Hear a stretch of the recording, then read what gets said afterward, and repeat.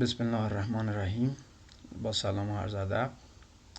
بنده روح الله روزبه هستم، عضو هیئت علمی دانشگاه و قراره توی این ویدیو درباره پاسخ سوالات تشریحی سوالات کنکور کارشناسی ارشد صحبت کنم و به این سوالات پاسخ تشریحی بدیم و منابع رو مشخص بکنیم و بگیم که این سوالات از کجا اومده. اگر ویدیو رو مفید دیدید لطفاً سابسکرایب بفرمایید و به دوستان خود معرفی بفرمایید. خب میریم سراغ سوالات کارشناسی ارشد سال 1401. ببینیم که این سوالات از کجا اومده و منابع این سوالات چی هست. من تو این ویدیو قصد دارم به سوالات لیتری ترمز و کریتیسیزم پاسخ بدم که 17 سواله و توی ویدیوی بعدی ادامه سوالات رو انشالله پاسخ خواهم داد. خب از همونطور که میدونین سوالات 1401 در زبان تخصصی زبان ادبیات انگلیسی از سوال 101 شروع شده. سوال 101 میگه The structure of picaresque narratives is blank. ساختار پیکارسک چیه از شما پرسیده. Number 1 epistolary, episodic, number 2 number 3 sequential, number 4 enigmatic. اگر با پیکارسک نراتیو آشنا باشید میدونید که ساختار این نراتیو ها اپیزودیک هست، پس جواب گزینه 2 هست. اما الان بریم ببینیم این سوال از کجا اومده و برای اطلاعات بیشتر و خوندن بیشتر بهتر به اون منبع مراجعه میکنیم و اون منبع رو بیشتر میخونیم. خب از Glossary of Literary Terms اومده. دقت بفرمایید اینجا که picaresque narrative دقیقا اونجا گفته picaresque narratives اومده. خب که در زیر مجموعه رمان داره بحث میکنه. گفته another important predecessor of the later novel was the picaresque narrative which emerged in 16th century Spain. خب تا اینجا یه اطلاعاتی درباره پیکارسک داد، اما ویژگی هاشو اینجا صفحه بعد میاد توضیح میده. دقت بفرمایید اینجا توی صفحه بعد به ما میگه picaresque fiction، قسمتی که خیلی مهمه و سوال از اینجا اومده اینجاست. Picaresque fiction is realistic in manner, episodic in structure. خب پس ما متوجه میشیم که گزینه درست اپیزودیکه. دوستان توجه بفرمایید دانشجویان عزیز که کلمه اپیزودیک رو بولد کرده، یعنی خیلی مهمه. یه نکته ای که باید دقت بفرمایید وقتی میخونید بعضی واژه ها رو اگه بولد کرده باشه این معناست که اون مهمه، داره تاکید میکنه. پس اینجا هم که میگه the structure of picaresque fiction is realistic in manner, episodic in structure، جواب سوال ماست و متوجه میشیم سوال از این قسمت آورده و جواب ما میتونیم قشنگ بدیم. نکته دیگه هم تو همین قسمت بخوام بگم، اگه بخواد طراح سوال بده این قسمت رو دقت بفرمایید که the first and very lively English example was Thomas Nash's The Unfortunate Traveler. این یکی از اولین مثال پیکارسک تاماس نشز The Unfortunate Traveler هست. اگه بخواد دوباره از این سوال بده این شکلی سوال خواهد داد which one of the following is correct about picaresque fiction or which one of the following is not correct about picaresque narratives. خب اینجوری خوندن به شما کمک میکنه که موفق بشین و سوالات بهتری رو بزنین. خب میریم سراغ سوال دوم. سوال دوم گفته which line of poetry contains a pun. کدام بیت شعر یک pun داره. What is a pun? Pun is a play on words. A word which has two meanings can be a pun. For example, John Donne is a great poet of English literature who actually plays with the word done as his name and as the past participle of the word do. So that can be actually an example of pun. So this poem taken from John Donne are to be examined, and the question asks us. سوال ما میپرسه که کدوم یکی از این گزینه ها جناس داره، پان داره. Who sees God's face, that is self-life, must die.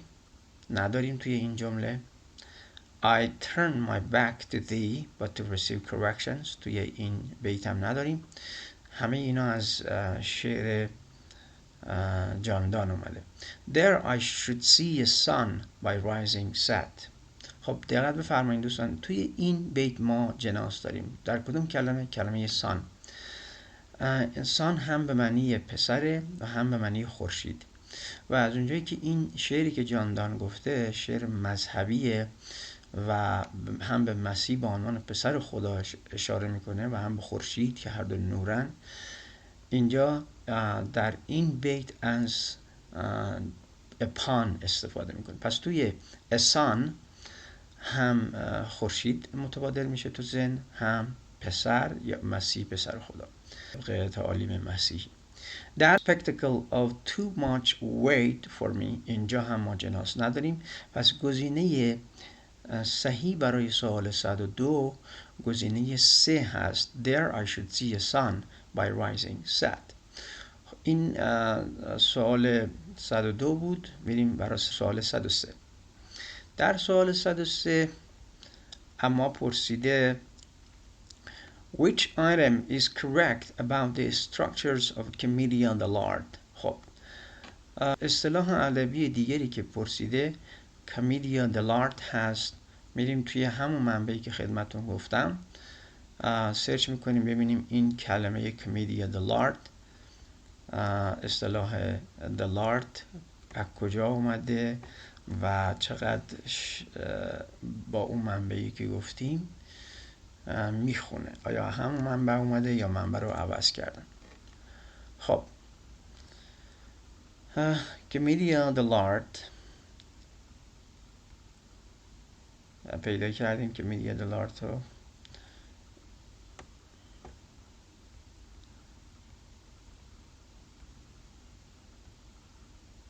خب اینجاست پایین انتهای صفحه The Glossary of Literary Terms by Abrams. خب کمدیا اینجاست. کمدیا دلارت چیه؟ Was a form of comic drama developed about the mid-16th century by guilds of professional Italian actors. خب اما سوال چی پرسیده از ما؟ سوال گفته which item is correct about the structure. ببینید structure مهمه. سوال قبلی هم درباره structure پرسیده بود. episodic picaresque narrative ساختارش رو پرسیده بود. اینجا هم which item is correct about the structure of comedy on the art. وقتی درباره استراکچر داره سوال میپرسه یعنی استراکچر مهمه و ما دقت میکنیم و ساختار بسیاری از اصطلاحات ادبی رو برای موارد بعدی که بخوایم بخونیم بهش دقت بیشتری خواهیم کرد. پس ساختار رو لطفاً توجه بفرمایید، خیلی مهمه. این ساختار این اصطلاح ادبی رو میخوایم ببینیم چیه. خب Playing star characters.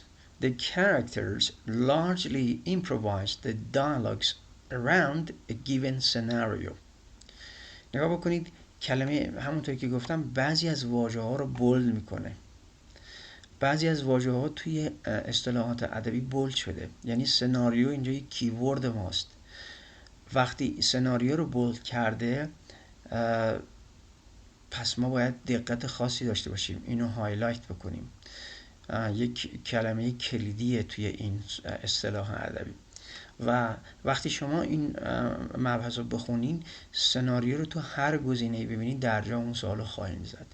و پس با توجه به این توضیحی که الان دادم گزینه 4 درسته. It contains a scenario. ببینید سناریو همون scenario that introduces a brief outline of the play. Which item is correct about the structure of comedy of the art? It contains a chorus. The dialogues are well rehearsed. Personified abstractions are included as characters. It contains a scenario that introduces a brief outline of the play. توجه شدیم؟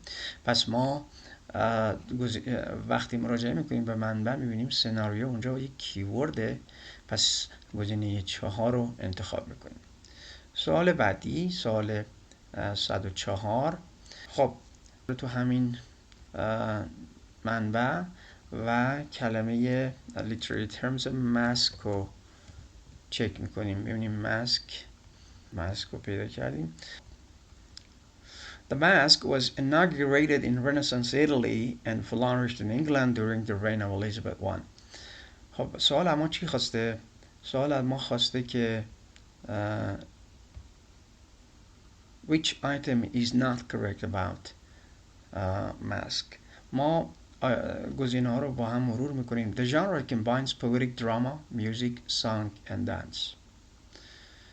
خب ببینیم گزینه اول اینجا سوال از شما دقت بفرمایید گفته not، یعنی نیست. باید اون not رو پررنگ کرده. دقت داشته باشیم که کدوم درست نیست.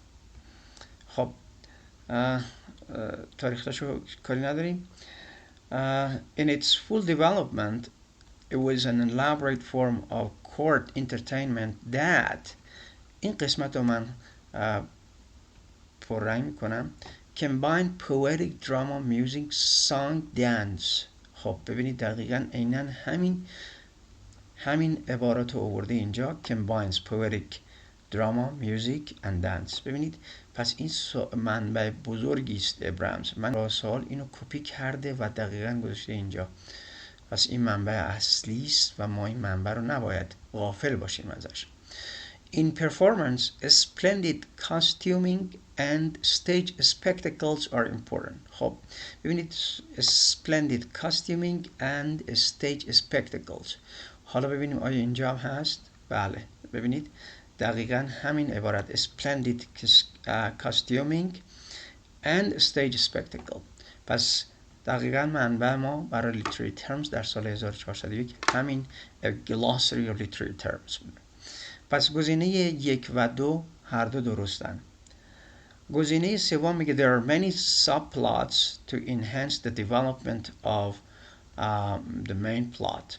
خب برگردیم اینجا ببینیم آیا این جمله اونجا هست. A plot often slight and mainly mythological and allegorical. خب متوجه میشیم که این گزینه سوم اینجا نیست. چرا؟ چون تو گزینه 4 mythological and allegorical رو آورده. ببینید mythological and allegorical elements. چون این گزینه 4 اینو آورده، گزینه سوم غلطه. یعنی این ویژگی های ماسک نیست. پس گفته کدام نادرست است، کدام درست نیست درباره ماسک. گزینه سوم هست. 3 تا گزینه اول، دوم و 4 همونطور که ملاحظه فرمودید در glossary of literary term وجود داشت و ما تونستیم پیداش کنیم. پس گزینه سوم وجود نداشت و گزینه مورد نظر گزینه سوم هست. سوال 105 rhetorical question پرسیده which of the following does not contain a rhetorical question. خب تو همین سوال تو همین دیکشنری glossary of literary terms میریم rhetorical question. rhetorical question definitionش رو گفته what is a rhetorical question. A rhetorical question is a sentence in the grammatical form of a question which is not asked in order to request information or to invite a reply, but to achieve a greater expressive force than a direct assertion. پس دنبال یک great expressive force تا اینکه یه جواب یک assertion direct باشه. خب از سوال اما پرسیده کدام یکی از اینا یه rhetorical question نداره. کدام گزینه rhetorical question نداره. Oh, what did you see, my darling young one? I saw a newborn baby with wild wolves all around it. Number 2. خب what did you see my darling young one. اینجا سوالو که میپرسه دقت داشته باشین، ما گفتیم تو rhetorical question دنبال جواب نیست، اما اینجا جواب داده. I saw a newborn baby with wild worms are all around it. پس گزینه مورد نظر ما میتونه گزینه یک باشه که rhetorical question نداره. دقت بفرمایید. گزینه دوم Gods shall the ravisher display your hair while the fop's envy and the ladies stare. اون چیزی که مهمه، این سوالو با عنوان مثالی که خود ابرامز آورده توی گلاسری آورده داده به شما، یعنی از اینجا اومده Gods. ببین دقیقا همون مثالایی که آورده اینجا آورده که shall the ravisher display your hair. She does not stay for an answer. این she does not stay for an answer. ما گفتیم که توی rhetorical question the question is not asked for in order to request information. That's why she does not stay for an answer. دنبال جواب نیست و اما تو سوال اول جواب داده شد. پس سوال گزینه اول گزینه مورد نظر ماست که rhetorical question نداره. اما مثال بعدی، اون چیزی که جالبه، مثال بعدی گزینه بعدی رو هم از همینجا آورده. ببینید Oh wind, if winter comes can spring be far behind. ببینید اینجا هم دقت بفرمایید توی گزینه دوم، اگه برگردیم به سوال گزینه سوم البته آورده گزینه چهارم Oh wind, if winter comes can spring be far behind. یعنی مثال چهارمش هم از همین آورده. اما Oh body sway to music, oh brightening glass, how can we know the dancer from the dance. این هم باز از همینجا آورده. دقت بفرمایید. How can we how can we know the dancer from the dance. How can we know the dancer from the dance. خب ملاحظه فرمودین که توی این سه تا گزینه ما rhetorical question داریم، اما توی سال اولی rhetorical question نداریم. پس گزینه مورد نظر گزینه یک هست. سوال 106 رو میریم با هم مرور کنیم. 106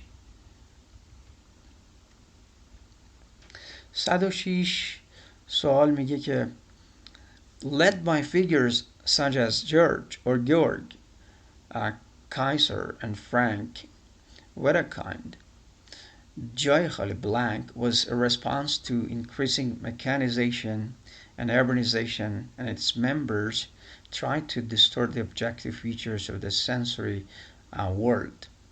In 1930s, the Nazi regime banned its practitioners from publishing their works and producing their plays.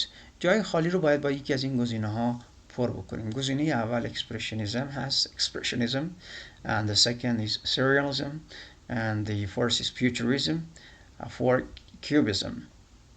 خب کدام گزینه درسته؟ شما اگر تو همین سوال افرادی که اینجا نام برده رو کپی بکنید و برید توی همین دیکشنری سرچ کنید، شما رو میبره توی مبحث اکسپرشنیسم. حالا چون من میدونم اینا از پرچمداران اکسپرشنیسم هستن، جواب گزینه یک هست. اما بریم توی منبع خودمون A Glossary of Literary Terms، ببینیم این سوال هم از اونجا اومده که خب این یکی از این افراد رو من کپی میکنم و میام توی ابرامز پیست میکنم تا ما رو به اکسپرشنیزم سوق بده. ببینید دقیقا ما رو اوورد به اکسپرشنیزم. ببینید الان توی اکسپرشنیزم هستیم و چیزی هم که اونجا سرچ کردیم یکی از پرچمداران این اکسپرشنیزم، دقت بفرمایید این اکسپرشنیزم هست. ببینید اکسپرشنیزم هست و سوال مورد نظر ما رو پاسخ داده. من بولد کردم که شما ببینید. Expressionism, a German movement A German movement in literature and the other arts. خب شخصیتی که حالا کپی کردیم از این اومده و شما راحت میتونید این سوال رو جواب بدید. ببینید drama was a prominent and widely influential form of expressionist writings. ببینید among the better known German playwrights were. ببینید این مثالی که زده. پس شما اگه اینو بدونید راحت میتونید سوال رو جواب بدین و گزینه مورد نظر ما گزینه 1 هست. جای خالی رو باید با اکسپرشنیزم پر بکنیم. سوال 107 مرور میکنیم. A blank is a ballad that was printed on one side of a single sheet, dealt with a current event or person or issue, and was sung to a well-known tune. Beginning with the 16th century, these ballads were hawked in the streets or at country fairs in Great Britain. Number 1, traditional ballad. Number 2, broadside ballad. Number 3, literary ballad. Number 4, folk ballad. خب برای اینکه این جواب این سوال رو بدیم باید بریم توی glossary of literary terms ببینیم که آیا این سوال هم از اونجا اومده. خب اینجا نیازه که ما حالا اگه بخوایم کل این چیز رو کپی بکنیم و توی glossary literary terms بیاریم ما رو سوق خواهد داد به مورد نظرمون. حالا من یه مقداریش رو کپی میکنم و توی ابرامز پیست میکنم تا ببینم آیا ما رو به کجا سوق میده.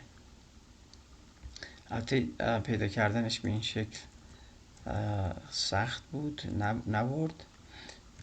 یک کلمه کلیدی رو پیدا میکنیم، مثلا single sheet که فکر کنم این بهتر کمک بکنه ما.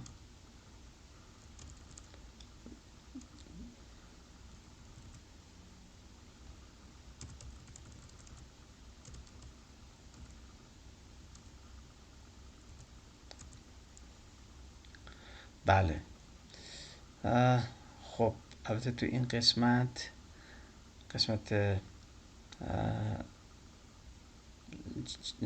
ببینید ما رو سوق داد به اینجا. جواب قشنگ شما الان متوجه شدین. A broadside ballad is a ballad that was printed. ببینید دقیقاً کپی کرده و آورده اینجا و ما جواب قشنگ متوجه شدیم. A broadside ballad is a ballad that was printed on one side of a single sheet, dealt with a current event or person or issue, and was sung to a well-known tune. ببینید دقیقاً کپی کرده سوالو از این قسمت آورده. پس این منبع فوق‌العاده است دوستان دانشجویان عزیز که قصد ادامه تحصیل در کارشناسی ارشد ادبیات انگلیسی دارید. Beginning with the 16th century, these broadsides were hawked دقیقاً in the streets or at country fairs in Great Britain. پس گزینه مورد نظر ما a broadside ballad هست. A single sheet به معنی broadside است. اگر کسی معنی این کلمه را میدونست قشنگ میتونست این سوال جواب بده. انصافا سوال خوبیه. سوالات قبلی هم سوالات خوبی بود، سوالات سختی نیست. یعنی شما اگه منابع رو بلد باشید بدونید از کجا اومده قطعا میتونید توی این زمینه موفق باشید. خب سوال بعدی از شما پرسیده. سوال 108 Author work do not match in blank. Number 1 Locke, an essay concerning human understanding. Number 2 Aristotle, Commachian ethics. Number 3 Plato, Novum Organum. Number 4 Horace, Ars Poetica. خب اینو نمیتونین توی glossary of literary terms پیدا بکنید. قطعا باید تمام این افراد رو سرچ بکنید. خب این سوال سختی هم نیست که مثلا ندونیم کی جوابه. جواب گزینه 3 است. پلیتو نوام ارگانم را ننوشته. این برای فرانسیس بیکن هست. دانش عمومی، دانش شما رو میطلبه که آثار رو بلد باشید. از شما پرسیده، البته سوال راحتی هم هست، نویسنده و اثر با هم تطابق ندارن، در کدام گزینه؟ خب گزینه اول لاک درسته، an essay concerning human understanding. ارسطاطل درسته، هاریس هم درسته. پس گزینه مورد نظر گزینه 3 هست. پلیتو همچین کتابی نداره و این کتاب برای فرانسیس بیکن است. 109 از ما خواسته The critical term, concept, the theorist correctly match in all of the following except in blank. خب این هم سوال خیلی خوبیه، به ما حتی داره یه سرانخ‌هایی رو میده که سوالا رو چجوری مطرح بکنن. اینجا یک اصطلاح انتقادی وارد نقد شد، سوال نقد پرسید، گفته که critical term concept با نظریه پرداز. کدوم نظریه پرداز این اصطلاح نقد رو به کار برده؟ خب اولی ideological state apparatus، اینو لوئیس آلتوسر گفته، درسته. سوال گزینه دوم contrapuntal reading برای ادوارد سعید، درسته. سوال سوم اکری فمینی برای هلن سیسکو هست، درسته. سوال 4 هابیتس برای آدورنو نیست. پس گزینه مورد نظر گزینه 4 هست، هابیتس. اوکی. تیودور آدورنو ورده به اشتباه که درست نیست. سوال بعدی Which of the following is the best description for the sublime؟ خب این سوال نقد ادبیه. سوال نقد ادبی از شما پرسیده که کدام گزینه is the best description for the sublime.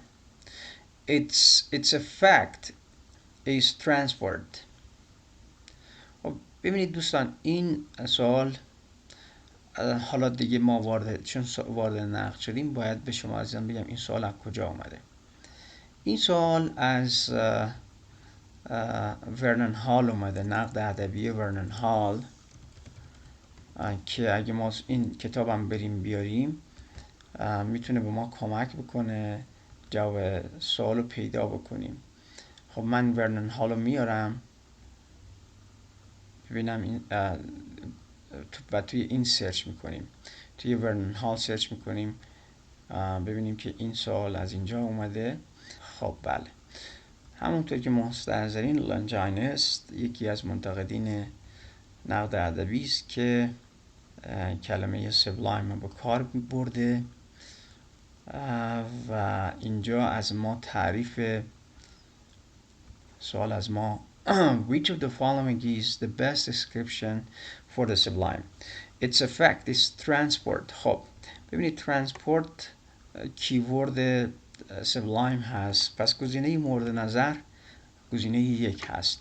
خب توی این ما کلمه transport هم سرچ میکنیم، ببینید دقیقا نگاه بکنید sublime و transport رو آورد.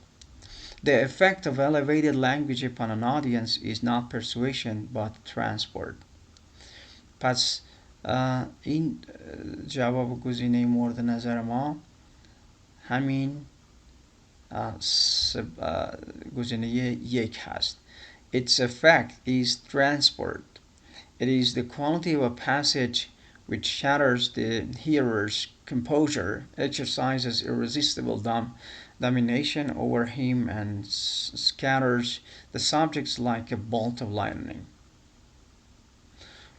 11 از ما خواسته Which one of the following can be correct about expressionism؟ خب ما اکسپرشنیزم رو الان داشتیم صحبت میکردیم، گفتیم که در German movement حالا از ما وارد ویژگی ها شده، از ما پرسیده which of the following can be correct about expressionism. Number one, expressionist drama almost exclusively focuses on one central protagonist, reducing all the other figures to mere reflections of his central position. Number two, the expressionists used to try to obtain the most pure information free from the findings of rational thought by a technique called automatic writing. The expressionists try to expand the mind's potential by reconciling the apparently contradictory states of dream and reality. Number four, the strengths of the expressionist movement can be attributed in large part to one man, Andre Breton. خب ما توی ابرامز رفتیم وارد اکسپرشنیست شدیم، یه بار دیگه حالا برمیگردیم به همین expressionism. Now, expressionism was a German movement in literature. Its precursors were artists and writers who had in various ways departed from realistic depiction of life and the world by incorporating in their arts visionary and powerfully emotional states of mind that are expressed and transmitted by means of distorted representations of the outer world. خب با این تعریفی که الان داده، شما گزینه مورد نظر رو اگه بخواید تشخیص بدین، کدوم گزینه رو برای این سوال میزنید؟ Expressionist drama almost exclusively focuses on one central protagonist, reducing all the figures to mere reflection. The expressionists used to try to obtain the most pure information, free from the bindings of rational thought by a technique called automatic writing. The expressionists try to expand the mind's potential by reconciling the apparently contradictory states of mind and reality. خب کدام گزینه از نظر شما میتونه درست باشه با توجه به تعریفی که ازش خوندیم؟ خب یه نکته هایی که وجود داره، شما مثلا این افراد رو اگه سرچ بکنید، حالا من اینجا یه نکته رو بهتون میدم، این اتوماتیک رایتینگ رو اگه سرچ بکنید توی اربرامز، میدونید شما رو به یک مکتب ادبی دیگری سوق میده. ببینید اتوماتیک رایتینگ، ببینیم این چی هست، کدوم مکتبه که ایشون آورده و ما رو متقاعد خواهد کرد که این برای اکسپرشنیست نیست. right؟ خب این اتوماتیک رایتینگ یکی از ویژگی های مدرنیزم هست. پس the expressed aim و serialism، ببینید اینجا دقت بفرمایید. The expressed aim of serialism was a revolt against all restraints on free creativity, including logical reason, standard morality, social and artistic conventions and norms, and all control over the artistic process by forethought and intention. To ensure the unhampered operation of the deep mind, which they regarded as the only source of valid knowledge as well as art, serialists turned to automatic writing. پس اینجا که گفته automatic writing یکی از ویژگی‌های اکسپرشنیست نیست. جایی شما باشم این اتوماتیک رایتینگ رو روی صفحه میارم، وقتی دارم میخونم مساوی با سریالیزم میذارمش. این ویژگی ها به شما کمک میکنه چجوری بخونید. فیگرها رو بردارید، مثلا شخصیت معروف و مثلا آندره برتون رو من الان میخوام سرچ بکنم، اگر گلاسری لیتری ترمز رو خوب بخونید دیگه متوجه میشین که این آندره برتون اصلا اکسپرشنیست نیست. ببینید میبره شما رو تو سریالیزم. پس گزینه بعضی از چیزا رو خیلی راحت میشه خط زد و از بین برد و جواب پیدا کرد. پس ما گزینه دوم و چهارم رو حذف کردیم. بعد گزینه سوم رو نگاه بکنید. The expressionists try to expand the mind's potential by reconciling the apparently contradictory states of dream and reality. خب dream and reality رو اگه شما نگاه بکنید شما رو سوق میده به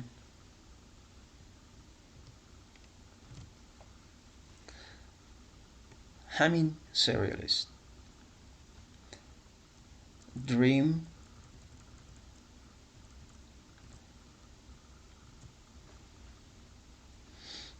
and reality. اینجا که گفتیم serialism automatic writing هست، بعد اینجا هست که and to exploiting the material of dreams of states of mind between sleep and waking and natural and artificially induced hallucinations. پس گزینه مورد نظر ما برای این سوال 111 گزینه 1 هست. Expressionist drama almost exclusively focuses on one central protagonist, inducing all other figures to mere reflections.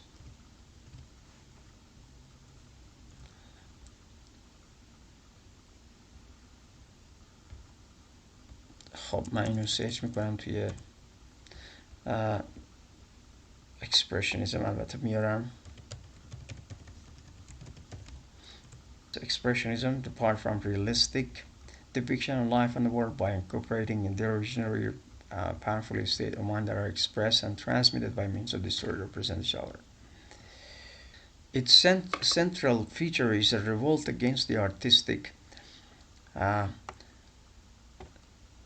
and literary tradition of realism, both in subject matter and in its style. The expressed artist and writer undertakes to express a personal vision, usually troubled and tensely emotional vision of human life and human society.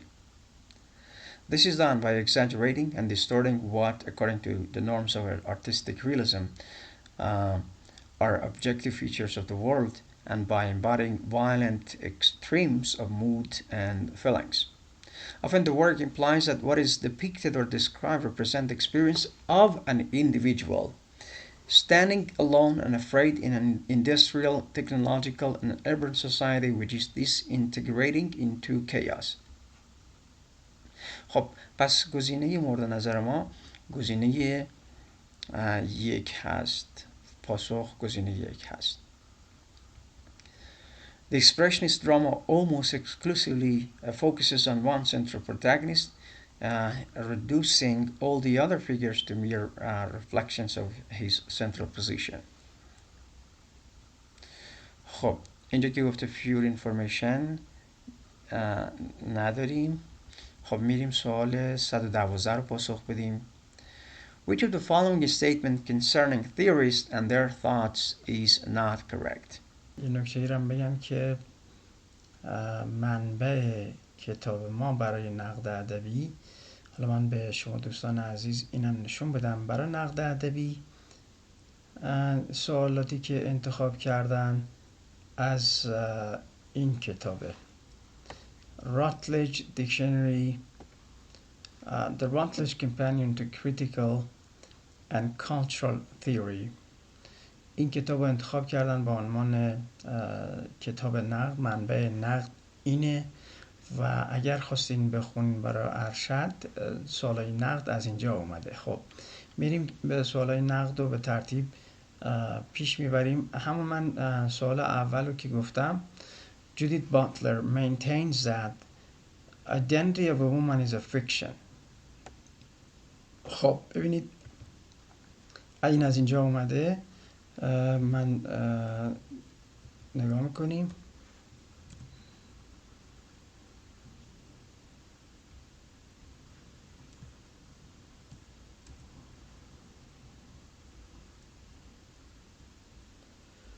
خب باتلر اگه دقت بفرمایین اینجا باتلر the French feminist had a significant impact on feminist thought. Gender trouble in 1919 brought postmodern feminism to the forefront of feminist thought. Although Butler builds on the theories of Derrida, Foucault, and the French feminists, her version of postmodern feminism is distinctive. Butler's thesis is that gender, the identity of woman, is a fiction. ملاحظه فرمایید این سوال از اینجا اومده. پس این سوال که از اینجا اومده درسته، یعنی این گزینه درسته. سوال ما چی گفت؟ سوال ما گفته که Judith Butler maintains that gender, the identity of woman, is a fiction. دقیقاً ببینید اینجا همین جمله Butler's thesis is that gender, the identity of woman, is a fiction. دقیقاً همینو طراح سوال آورده گذاشته اینجا و این از منابع نقد ادبیه. پس برای منابع نقد ادبی The Routledge Companion to Cultural and Critical and Cultural Criticism Theory is this source. Read that book, right? خب این که گفتیم هربرت مارکز غلطه. The tradition of Western metaphysical philosophy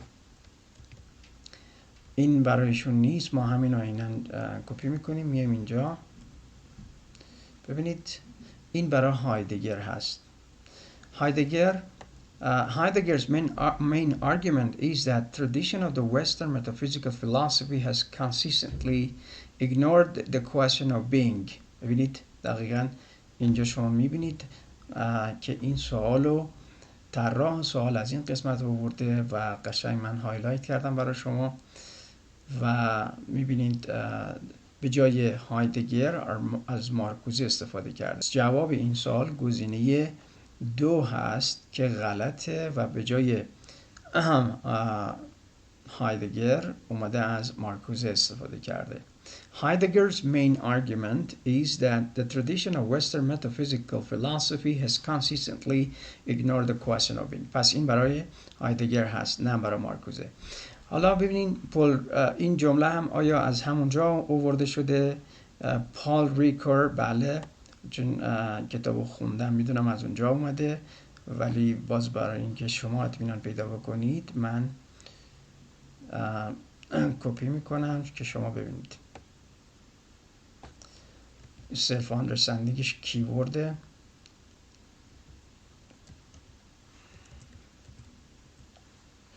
ببینید self understanding. Ricoeur, by placing emphasis on the connection between discourse. ببینید آیا از همینجا نیومده این سوال؟ بله، دقیقا متوجه میشین که این گزینه هم از همین قسمت طراح محترم سوال کپی کرده و این منبع رو ما قشنگ متوجه میشیم که همینه. By placing an emphasis، ببینید By placing an emphasis on the connection between discourse and human action, Paul Ricoeur suggests that it is through the act of reading texts, of doing hermeneutics, that human beings can arrive at self-understanding. خب این درست بود. حالا اینم اگه بخوایم سرچ بکنیم اینم دوباره همجوری کپی میکنیم میایم توی Routledge Companion که منابع نقد هست. اینجا دونستن منابع نقد فوق العاده مهمه دوستان، که چی بخونید و چی نخونید. خب ببینید دقیقاً همین captures the common factors in fascism and communism characterized by the fantasies of control from within the party and the public domain. خب Kant acknowledges the subjective character of our aesthetic judgment, but wishes to show that they are still based on necessary and universal principles. 2. Central to his view of aesthetic judgment is the concept of purposiveness. This refers to the fact that we must assume a certain coherence and connection among the appearances of the external world or nature so that we can reflect coherently upon it. 3. According to Kant, when we make an aesthetic judgment, we make a judgment about both the form of an object and its content as given through our senses. 4. An aesthetic judgment is not a judgment of cognition. It does not refer to the object and gives us no knowledge of it. It refers only to the perceiving subject, to our self and its feeling of pleasure and displeasure. خب این سوال برای پاسخ دادن به این سوال دوستان گزینه correct، همه این سوالا همه گزینه ها باید correct باشن، اما یه دونش غلطه. خب گزینه 3 غلطه، اما بریم این سوال از کجا اومده. این سوالو اگه دقت بفرمایین از در سوال از منبع دیگری آورده به نام حبیب. حالا این دیکشنری رو من به شما نشون بدم، اینم یکی از منابعی که دقت داشته باشین میتونین ازش استفاده بکنین. Modern Literary Criticism and Theory، این منبع هم در نظر داشته باشید به عنوان یکی از منابعی که بخونید و در کنار Routledge Companion to Cultural and Critical Theory، Modern Literary Criticism and Theory History، این هم یکی از اون کتاب هاست که خوبه، نویسندش هم در ذهن بسپارین، اچ حبیب، A History of Literary Criticism. From Modern Literary Criticism and Theory, the History. اوکی. خب حالا سوالی که مطرح شده بود چی بود؟ سوال این بود که کدوم گزینه؟ خب Kant is critique of judgment، میریم سرچ میکنیم. خب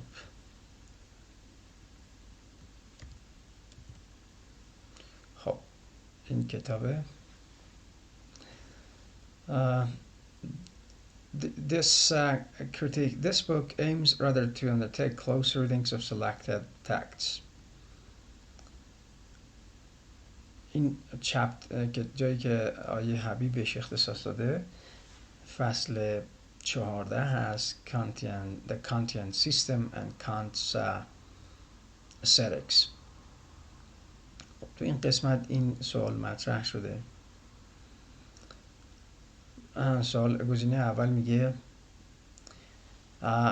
the subject character of the our aesthetic judgments, necessary and universal principles.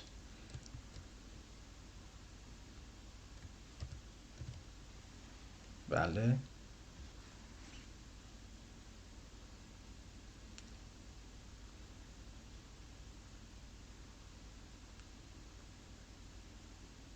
خب ببینید سوال بخش اول از اینجا اومده. Kant acknowledges the subjective matter, a subjective character,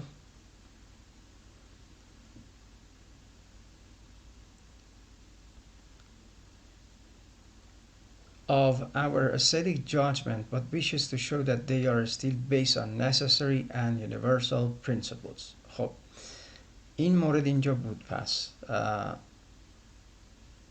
while acknowledging the subjective، ببینید essentially Kant wishes to ground such judgments on necessary and universal principles while acknowledging their subjective and specifically aesthetic character. پس این سوال از اینجا اومده. بعد purposiveness